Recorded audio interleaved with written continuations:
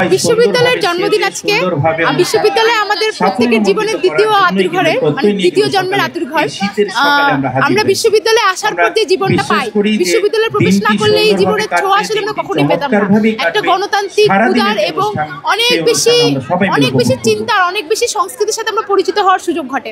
তো জাহাঙ্গীরনগরে এসে সেটার সুযোগ ঘটেছে। জাহাঙ্গীরনগর সেই সুযোগ আমাদেরকে করে দিয়েছে। এই জন্য জাহাঙ্গীরনগর সারা জীবন আমাদের স্মৃতিতে, আমাদের শ্রদ্ধায় থাকবে।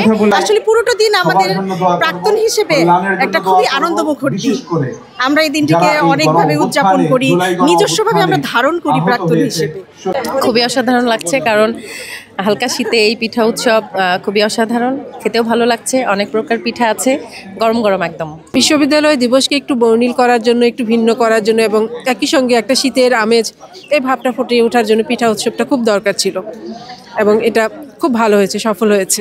একজন জাবিয়ান হিসেবে আমার অনুভূতি অনেক ভালো, কারণ এটা আমার প্রথমবার জাবির এই অনুষ্ঠানে।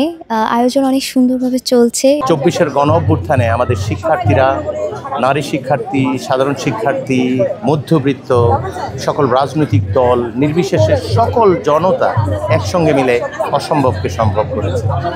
আমার প্রত্যাশা, আমাদের প্রশাসনের পক্ষ থেকে সকলের প্রত্যাশা, যারা জাহাঙ্গীরনগর বিশ্ববিদ্যালয়ে অংশীজন আছেন, আমাদের উপর যে পবিত্র দায়িত্ব অর্পণ করা হয়েছে সেটার জন্য আমাদেরকে জন্য প্রার্থনা করবেন এবং আমাদের পাশে থাকবেন। আশা করি আমরা লক্ষ্যে পৌঁছাতে না পারলেও তাৎপর্যপূর্ণ একটা পরিবর্তন করার এই চেষ্টায় সফল হব।